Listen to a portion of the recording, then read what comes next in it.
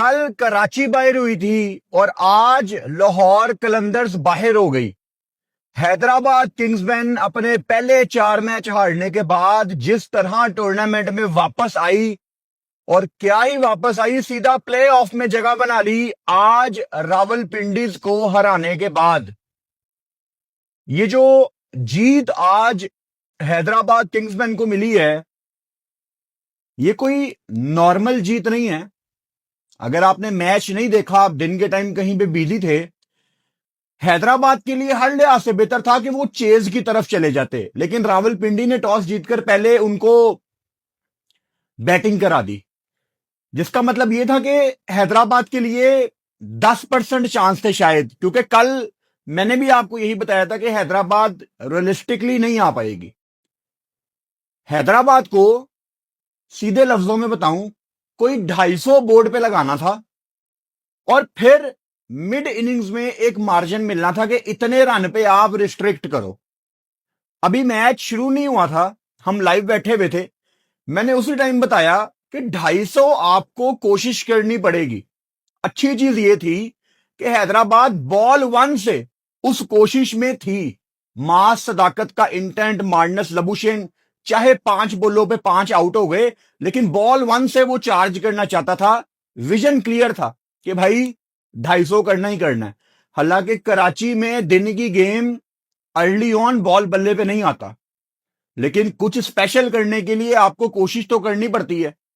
वही बात सही साबित हो गई ना कि पिच को निकालो गेम से। हैदराबाद को रिस्ट्रिक्ट करना था 244 करने के बाद रावलपिंडी को 158 पे।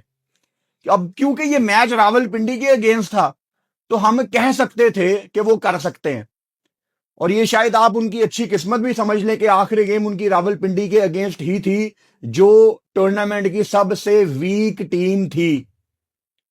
प्ले ऑफ में हैदराबाद एलिमिनेटर 1 में चली गई है और वहां पे उनका मुकाबला होगा मुल्तान सुल्तान्स के साथ, जो कि अभी अभी हारे हैं इस्लामाबाद यूनाइटेड से। इस्लामाबाद यूनाइटेड क्वालिफायर खेलेगी पेशावर जल्मी के अगेंस्ट 28 अप्रैल को। To be honest, I am surprised. मुझे लग रहा था कि मुल्तान आज की गेम जीतेगी। दोनों गेमों को रिव्यू करेंगे, लेकिन सबसे जो इंपॉर्टेंट चीज है ना, उससे मैं शुरुआत करना चाहता हूं। आज हैदराबाद ने जब क्वालिफाई किया तो लाहौर बाहर हो गई। ऐसा क्यों है कि लाहौर के बाहर होने की वजह से काफी लोग पाकिस्तान में खुश हैं? मैं एक सोच लोगों में देख रहा हूं। ऑब्वियसली मैं लाइव बैठा होता हूं, मुझे लोगों की पल्स पता है कि लोग क्या ओपिनियन दे रहे हैं, लोग क्या चाहते हैं। लाहौर कलंदर्स को लोग एरोगेंट कह रहे हैं कि इनके अंदर ना बहुत ज्यादा ईगो है, ये बहुत ज्यादा ओवर स्मार्ट बनने की कोशिश करते हैं, और उसकी झलक आपको कहीं ना कहीं लाहौर कलंदर के थिंक टैंक में नजर आती है। अगर हार जाएं तो कहते हैं कोई मसला नहीं, मतलब गलतियां नहीं मानते। फिर जो उनकी गलतियां हैं कि डेथ ओवर्स में जिद है, एक बेहतर ऑप्शन अगर किसी ने, मिसाल के तौर पे उबैद ने अच्छा स्पेल डाला हुआ है, स्टिल राउफ ही आएगा, क्योंकि वो 3-4 लोगों का ग्रुप है, उनको ही इन्होंने आगे करना है। गलतियां नहीं ये लोग मानते। लाहौर में जो लाहौरी हैं वो भी इस टीम के बाहर निकलने पे खुश हैं, और जो कुछ लोग लाहौर में इस टाइम सैड बैठे हुए हैं ना कि यार लाहौर बाहर हो गई, ये वही लोग हैं जो दूसरों को ठीक रास्ता नहीं बताते। तो लाहौर ने ये सोचना है, अगर तो टाइम हो, अब अगले साल ही उनका पहला मैच है, तो इस एक साल में उन्होंने ये सोचना है कि कहां पे हम ईगो बीच में ला रहे हैं, कहां पे हम एरोगेंट हो रहे हैं। ये चीज इन्होंने अगर ठीक कर ली तो भाई लाहौर से बेहतर तो कोई फ्रेंचाइजी नहीं है। जितना उन्होंने निचले लेवल पे काम किया है, जो लाहौर कलंदर्स ने प्लेयर रेडी करके पाकिस्तान को दिए हैं, लाहौर कलंदर एक इंस्पिरेशन है बाकी तमाम फ्रेंचाइजीज के लिए। लेकिन लोग लाहौर कलंदर्स के बारे में ऐसा क्यों सोच रहे हैं कि ये एरोगेंट फ्रेंचाइज है? ये लाहौर कलंदर को सोचना है। एक टीम आपको मैं बताऊंगा, उसके बाद मैच पे आते हैं, जिसका मुझे बहुत ज्यादा दुख है कि ये प्ले ऑफ में नहीं आई। वो डिजर्व करते थे कराची किंग्स, लेकिन अपने पांव पे खुद कुल्हाड़ी कराची किंग्स ने मारी है। दरमियान में एक ब्रेक आई, डेविड वार्नर ऑस्ट्रेलिया चले गए। मैं ये नहीं कह रहा कि ये बहुत बड़ी वजह है, लेकिन ये एक वजह है। आपने इतनी बड़ी ब्रेक टूर्नामेंट में रख दी, मैनेजमेंट की गलती है। फिर उसके बाद आप कप्तान अपना ऑस्ट्रेलिया भी वापस आके टीम खड़ी नहीं हो पाई यार। अब पता नहीं उसकी वो क्या इंजरी थी लोअर बैक की, वो पता नहीं ऑस्ट्रेलिया से लेके आया है, वो कैरी कर रहा था। उसके बाद ये वो कराची किंग्स थी नहीं। तो कराची किंग्स बहुत बैलेंस टीम थी, उनकी टीम में ऐसे करेक्टर मौजूद थे, लेकिन उनके बाहर होने का मुझे दुख है। और सबसे ज्यादा खुशी अगर मुझे किसी की प्ले ऑफ में आने की है तो वो आप जानते हैं हैदराबाद किंग्समैन है। बिकॉज जब हैदराबाद नई नई बिकी थी, इनका नाम आया कि हैदराबाद की टीम होगी, तो हमने उस दिन को बहुत ज्यादा सेलिब्रेट किया था। बिकॉज कोई भी तवक्को नहीं कर रहा था। मैं आज भी डंगे की चोट पे ये बात बताता हूं कि मुझे अगर उस टाइम कोई कहता कि हैदराबाद को कोई लेगा, मैंने कहा नहीं यार, हैदराबाद को कोई नहीं लेगा। लेकिन हैदराबाद के ऑनर ने आके अपनी टीम को ऑन किया। फिर जिस तरह से वो अपनी फ्रेंचाइज को बैक कर रहे हैं, अपने लोगों को बैक कर रहे हैं, मुझे दिल से खुशी है कि हैदराबाद प्लेऑफ में गई है। I wish them all the best. लेकिन अगर अल्लाह ना करे हैदराबाद एलिमिनेटर 1 से बाहर हो जाती है, उनके लिए बहुत बड़ी कामयाबी है कि कराची, लाहौर बाहर है और पहली दफा खेलने वाली हैदराबाद प्लेऑफ में है। तो हैदराबाद से जितने लोग देख रहे हैं, मेरी तरफ से बॉम्बे बेकरी का केक खा लेना। यही एक जगह है जिसका मुझे हैदराबाद के बारे में पता है, तो यही मैं कह सकता हूं। भाई साहब, आज दिन के टाइम ईंट से ईंट बजा दी हैदराबाद किंग्समैन ने। और खुशी इस चीज की है कि तीनों डिपार्टमेंट्स में उन्होंने फारिग किया है रावलपिंडीज को। सबसे पहले तो जब मैच शुरू हुआ, मास सदाकत मार्नस लबुशेन ओपन करने आते हैं। पहली बॉल से आपको पता लग रहा था कि ये सिर्फ मैच खेलने नहीं आए, इनको ये पता लग गया है, मास सदाकत मार्नस लबुशेन को ये अंदाजा हो गया है कि टॉस हमारे हक में नहीं गया, अब हमें कुछ डिफरेंट करना पड़ेगा। क्योंकि अगर हैदराबाद चेज में आ जाती तो ठीक है, 9-10 ओवर्स में चेज करना है, लेकिन when you are batting first you are absolutely blind. आपको पता ही नहीं है कि हमने कितना टोटल बोर्ड पे लगाना है और कितने स्कोर पे रिस्ट्रिक्ट करना है। ये बहुत बड़ी टेंशन की बात है। तो वहां पे कमेंटेटर्स भी यही बात कह रहे थे, हैदराबाद को सिर्फ एक बड़ा टोटल बोर्ड पे लगाना है। और बड़े टोटल से मतलब 200 नहीं था, 210 भी नहीं था, वो 250 था। मैंने तो लाइव शुरू करने से पहले बता दिया था भाई 250 इज द की। अब ठीक है, उन्होंने 244 किया, उसको मैं 250 ही कंसीडर करूंगा। अप्रोच आपको बॉल 1 से नजर आ रही थी, 11 बॉलों पे 28। मास सदाकत ऊपर से तड़का लगाया, 1 छक्का 5 चौके। मार्नस लबुशेन बहुत लिमिटेड प्लेयर हैं T20 में, उनके पास वो फैंसी शॉट्स नहीं है। 1 चौका लगाया, 3 बॉलें बल्ले पे नहीं आ रही थी, आउट होके बाइट चले गए। वो हैदराबाद के लिए हर लिहाज से बेहतर था जिस तरह मार्नस लबुशेन आउट होके बाहर गई, क्योंकि टाइम नहीं था ना, आप किसी और को अपॉर्चुनिटी देते। जब आपके पास नीचे उस्मान खान है जिन्होंने मुल्तान सुल्तान जैसी टीम को 100 लगाया, आपके पास नीचे ग्लेन मैक्सवेल है, आपके पास नीचे out of form Saim Ayub है, यू नेवर नो, अभी आऊंगा उसमें मैं। आपके पास नीचे कुसाल परेरा है, इरफान खान न्याजी है, हसान खान है। तो मार्नस को क्या जरूरत है 250 वाले मैच में बारी लेने की? तो उसका आउट होना बेहतर था। फिर 244 में नीचे ग्लेन मैक्सवेल ने भी 70 किया, 50 कुसाल परेरा ने भी किया। लेकिन भाई साहब, जो पहला लेंटर डाला था ना इस बिल्डिंग का, वो उस्मान खान ने डाला था।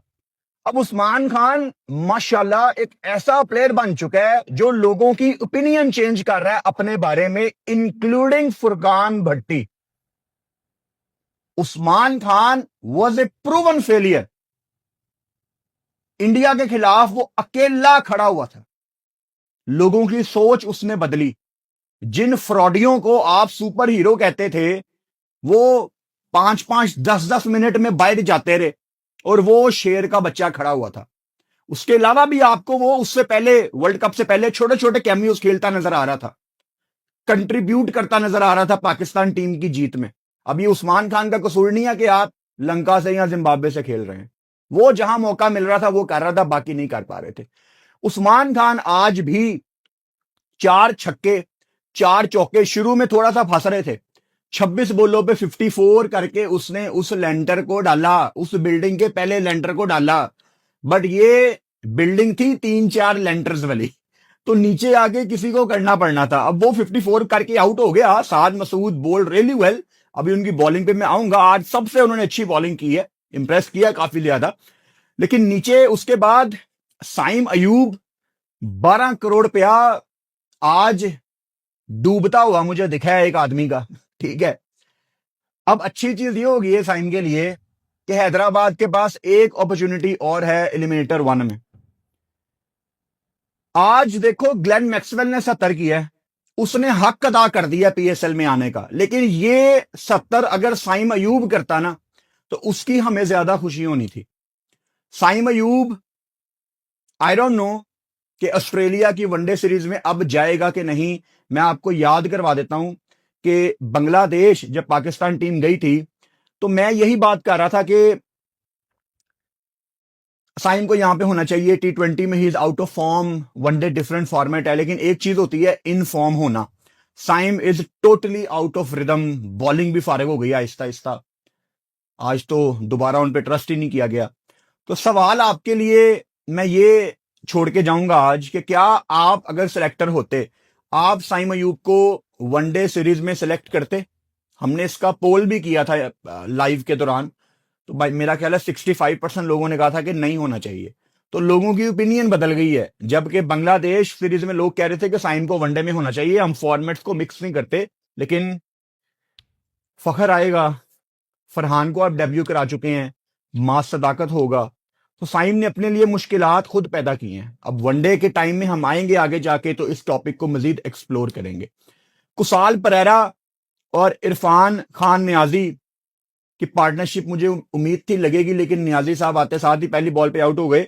और ठीक है, मतलब चल जाता तो ठीक है, लेकिन कोशिश थी ना कि जाते साथ ही भाई पहली बॉल से मारना है, क्योंकि टीम ने 250 करना। जब आप टीम के लिए खेल रहे हैं तो ठीक है, आओ आउट हो जाओ, अगला बंदा आवे, ताकि हर बंदा एक सिमत में अपनी कोशिश कर रहा है।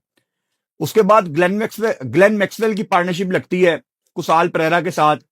37 बॉलों पे 70, 3 छक्के 8 चौके, भाई हक अदा कर दिया अगेन मैक्सवेल ने पीएसएल में आने का। और जिस तरह एंजॉय करके मैक्सवेल खेल रहा है, मजा आ रहा है उसको देख के। आया थोड़ा लेट है, थोड़ा नहीं काफी ज्यादा लेट आया है, इस सीजन में नहीं, पाकिस्तान सुपर लीग में ही लेट आया है मैक्सवेल। क्योंकि मैं आपको अक्सर बताता रहता हूं कि मैक्सवेल को 2017 में अप्रोच किया गया था पाकिस्तान सुपर लीग की तरफ से, और क्या ही अप्रोच किया गया था, मिन्नतें की गई थी कि भाई आजा, बहुत कुछ ऑफर किया गया था, लेकिन ये नहीं माना था कि मैं नहीं आऊंगा। देर आए दुरुस्त आए। आई एम श्योर के जितना उनको हैदराबाद अच्छी तरह लेके चल रही है वो फिर आएंगे Pakistan. Asif Afridi 2 over 27 run 1 wicket. New Zealand के Ben Sears 4 over 49 1 wicket. Aamir 4 overs में 57 रन। आमिर ने आज तक जितनी पीएसएल खेली हैं उसमें से सबसे ज्यादा बुरा सीजन ये मोहम्मद आमिर का रहा है। शायद 1 साल और आमिर पीएसएल में सेलेक्ट हो जाएं, लेकिन अगर आप 8 महीने क्रिकेट नहीं खेलेंगे, आप एक लीग खेलने चले गए कनाडा बांग्लादेश में चले गए 15-20 दिन के लिए, और आप तवक्को करेंगे कि ये वही मोहम्मद आमिर हो जो जाना जाता था अपनी जवानी में, तो शायद वो वाली फिटनेस आपकी होती नहीं है, बॉडी उस तरह से रिस्पॉन्ड नहीं करती। और जिस तरह आमिर आ रहे हैं, बड़ी जल्दी अराउंड द विकेट आ जाते हैं मोहम्मद आमिर। अब ये टेक्निकल पॉइंट है, मैंने सीखा है ये वसीम अकरम से। वसीम भाई बहुत दफा ये जिक्र करते हैं कि आप अराउंड द विकेट तब आते हो जब ओवर द विकेट आपके प्लान फेल हो चुके होते हैं। और आमिर एक ऐसा बॉलर है जिसको अपने स्किल के ऊपर यकीन होता है कि मैं ओवर द विकेट आके अंदर ला सकता हूं, बाहर कर सकता हूं, लेकिन वो बड़ी जल्दी गिव अप करके अराउंड द विकेट आ जाता है कि भाई बस बाउंड्री पे डीप स्क्वायर लेग पीछे रख दिया, डीप मिड विकेट पीछे रख दी, शॉर्ट बॉल कर दी, बाउंड्री पे कैच हो जाए। तो आमिर बहुत जल्दी गिव अप कर रहा है। मेरा ख्याल है कि पिंडी को including Mohammad Rizwan Aamir drastic changes करने की जरूरत है।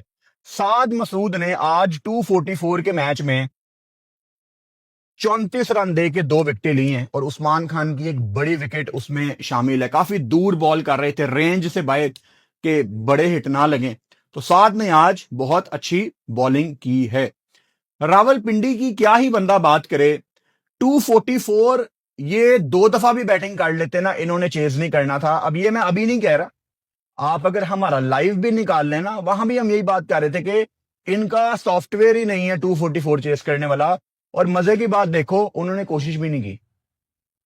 मतलब 16 बॉलों पे 26 रिजवान, शाहजेब अर्ली ऑन आकिफ ने आउट किया।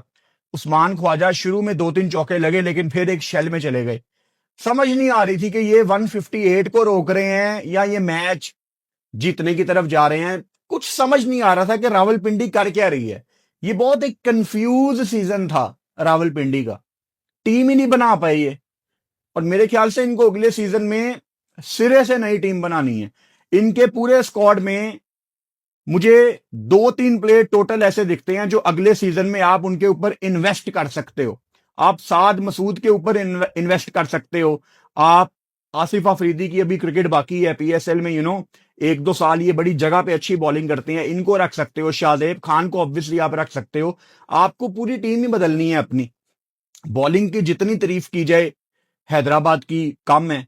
मोहम्मद अली अगर पाकिस्तान व्हाइट बॉल में सिलेक्ट हो जाते हैं, मैंने पहले भी बताया था, मैं सरप्राइज नहीं होऊंगा। मोहम्मद अली ने इस टूर्नामेंट में इतनी शानदार बॉलिंग की है कि मुझे इन्होंने टोटल इंप्रेस कर दिया है। हालांकि मोहम्मद अली अपना डेब्यू न्यूजीलैंड के खिलाफ कर चुके हैं, वनडे का और T20 का भी, लेकिन अब ये जो डिफरेंट है ना मोहम्मद अली, ये भाई बहुत ज्यादा इंप्रेस कर रहा है। और आज इन्होंने एक ही चेंज किया था, आकिफ जावेद को डाला था आसिफ महमूद की तरह। तो भाई शाहजेब खान को आउट किया, सैम बिलिंग्स को आउट किया, नीचे फ्रिस्टर को आउट किया। आकिफ जावेद ने 4 ओवर में 38 रन देके 3 विकेटें ली हैं। कब? जब क्वालिफिकेशन लाइन पे लगी हुई थी। आप कल पाकिस्तान का टूर्नामेंट करा दें, मैं हमेशा आपको बताता होता हूं, राउफ वापस आ जाएगा, शहीन वापस आ जाएगा, नसीम वापस आ जाएगा, शदाब वापस आ जाएगा। आप ट्रस्ट ही नहीं करते अपने लड़कों के ऊपर। आकिफ जावेद का स्पेल और फिर हुनैन शाह की 4 विकेटें। आज के मैच की जो सबसे बड़ी विकेट थी ना, वो मोहम्मद रिजवान की विकेट थी, क्योंकि 158 अल्टीमेटली एक टारगेट था हैदराबाद के लिए कि इससे पहले इनको रोकना। और Mohammad Rizwan type players 150 160 total के प्लेयर्स हैं। ये बारियां लगा लेते हैं 35 बॉलों पे 40, 35 बॉलों पे 50। तो रिजवान को आउट करना और सेटल ना होने देना, ये बहुत बड़ी की साबित हुई हैदराबाद के लिए। फिर सेम ओवर में कामरान गुलाम को भी आउट किया, जो तेज खेलने के चक्कर में थे। नीचे गेम क्लोज आ गई, 122 था, 6 आउट थे। अमाद बट जो कि बड़े हिट लगाते हैं, उनको हुनैन ने आउट किया, वो बहुत बड़ी विकेट थी। तो मेरा ख्याल है ठीक ठाक मैन ऑफ द मैच इनको मिला है। और मैक्सवेल ने भी, आसिफ आफरीदी रनआउट हुए हैं ना जो मैक्सवेल ने किए हैं, मैं जरा कंफर्म कर लूं, एक जो रनआउट हुआ है, हाँ मेरा ख्याल है, हाँ आसिफ आफरीदी ही थे। वो रनआउट बड़ा क्रूशियल था, साइम अयूब की थ्रो थी, मैक्सवेल बॉल कर रहे थे, उन्होंने रनआउट किया। इसके अलावा आमिर को भी मैक्सवेल ने आउट किया। तो हैदराबाद के लिए भाई साहब बहुत ज्यादा खुशी है, हैदराबाद के तमाम लोगों को बहुत ज्यादा मुबारकबाद। फाइनल के लिए क्वालिफाई कर लिया है इस्लामाबाद यूनाइटेड ने, जहां उनका मुकाबला होगा पिशावर ज़ल्मी के साथ। तो ये 28 अप्रैल को बड़ा शानदार एक मुकाबला आपको देखने को मिलेगा। अच्छा, मैं जब पहले मैच में लाइव बैठा हुआ था तो मैंने आपको बताया था कि कुछ अर्जेंट काम आ गया था, जिसकी वजह से मैं दूसरे मैच की लाइव स्ट्रीम नहीं कर पाया। तो मैंने बिल्कुल आधा पौना घंटा पहले मुल्तान और इस्लामाबाद का मैच लगाया, उससे पहले मैं अवेलेबल ही नहीं था। तो मैं आपको कुछ ऐसा शो नहीं करूंगा कि मैंने मुल्तान और इस्लामाबाद का पूरा मैच देखा है। मैंने बस आखिरी 25-30 मिनट के लिए एक्शन देखा है मैच का।